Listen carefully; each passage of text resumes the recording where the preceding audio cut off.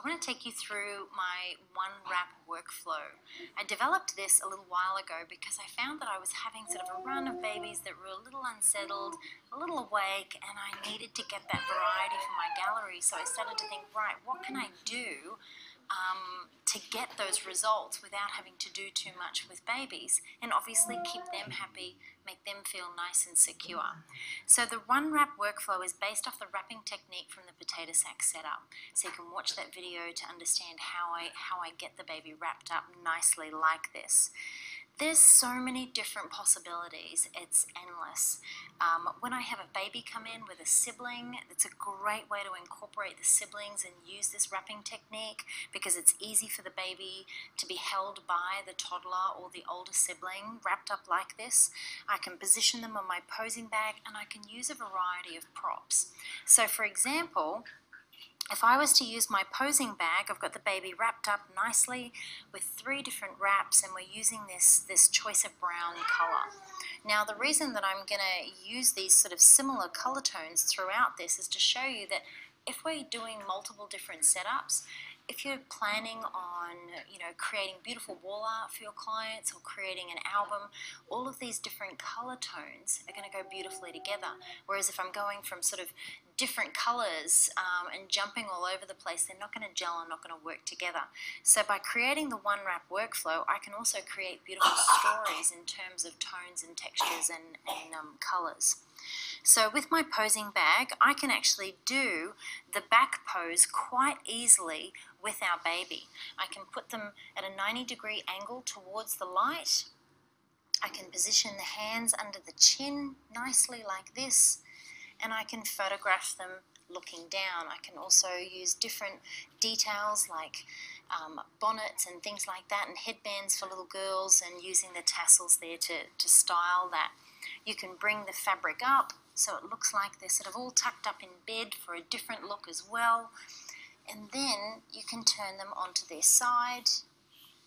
So underneath the head there, I can position them and roll them onto their side, bringing their chin up towards the light. Can tuck that in, and with the hands, because they're up nice and high to the face there, you can still position those underneath the cheek and underneath the chin like that to create a completely different look. And I can use the same camera angles that I use in my side pose that I can here. So I would use my cloth nappies to create a little bit more elevation there underneath the baby's head.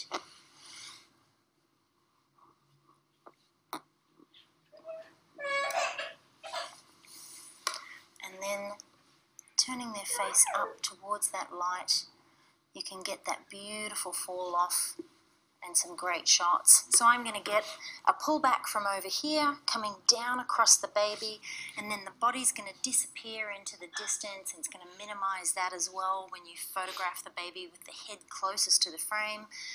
And then I'm going to come in and get a beautiful close-up of the face as well, right here. Now, when I move from the posing bag into the upright potato sack shot, what I can do is put a beautiful flacati onto the posing bag, can change the color of the wrap and the bonnet to create a different look, and even positioning the hands slightly different as well. So it's all about creating variety with minimal movement. Once I've done the potato sack setup, I can then move on to a few different props. So I've got 3 set up over here. I've got a little bed, a little bucket, and then I've got a crate that I can position the baby in. What I'm going to look for in terms of variety is how I can position the baby differently in each of those props with keeping the baby wrapped at all times. So I'm going to start with the crate because it's going to keep the baby's arms inside the wrap.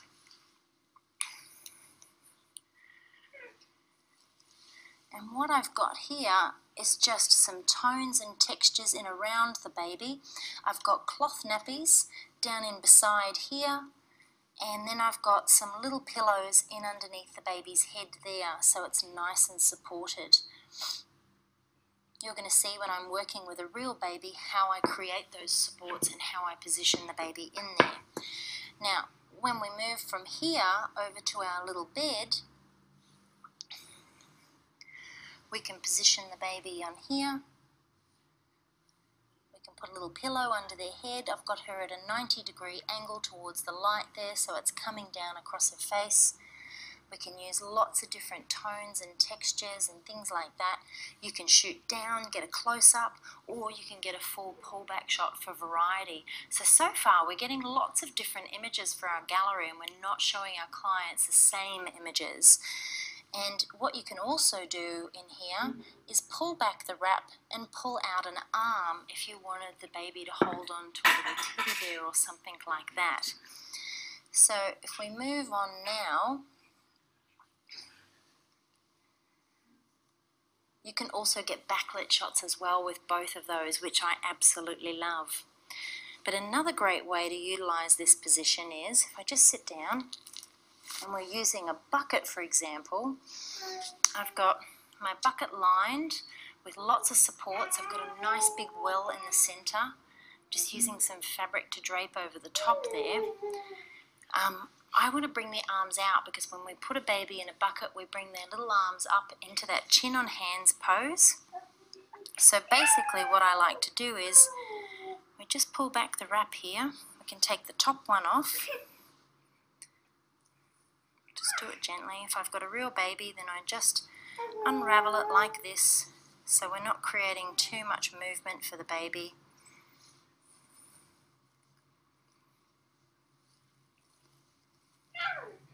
That over there.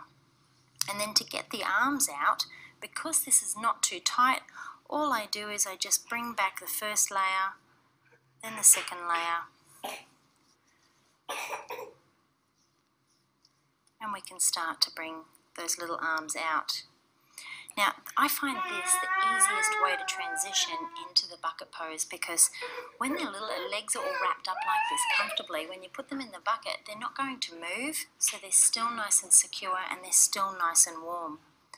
Another thing to be really careful of when you are doing the one wrap workflow, because the baby is wrapped up nice and securely with multiple wraps for a fairly long period of time, up to an hour, if the temperature of the room is too hot, the baby can overheat.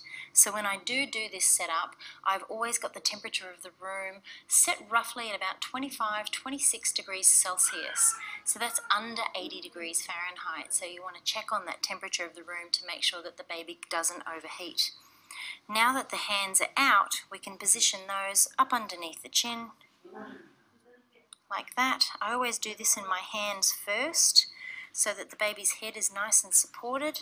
Lean the baby against my body, and then as I transition them into the bucket, their little bottom half goes in comfortably and they can sit up onto that support there. And I find that the easiest way to place the baby into a different prop to get that variety. So ultimately, if we recap the amount of images that we can get from this, if you're photographing a sibling, you can get 2 different images from that. You can also photograph the baby wrapped like this, held by the parents. So let's just say we did that. There's another 5 images. Well, we're up to 5. And then if we're on the posing bag, we've got the baby on its back, so we've got a pull back and a close-up or a backlit shot. We've got another 2, so we're up to 7 images. And then we pop the baby onto the side. We've got another 2 images from there, so we're up to 9 images. And then we've got at least 3 images from every setup down here. I can also use my nest, and I can use lots of different things to create that variety that I'm looking for. And we haven't even talked about the potato sack, which is the original place that this wrap came from. So you can get lots in your sessions. It's a great way for you to be able to get what you need for your clients in a very quick way, having that workflow and knowing what you're going to do next. Because when I get asked by other photographers, like, what do you do when you just can't work with a baby, or what do you do when the baby doesn't sleep? I always find that the baby might be awake to start with, but by the time you wrap them, they're beautiful, they're warm, they're secure, they're comfortable, they eventually drift off to sleep. If they don't, it means that there's something wrong, because babies only cry obviously for a reason, so there's got to be a reason that they're not happy. But I always find that 9 times out of 10, this is a huge success for me in terms of getting the variety I need for my client galleries.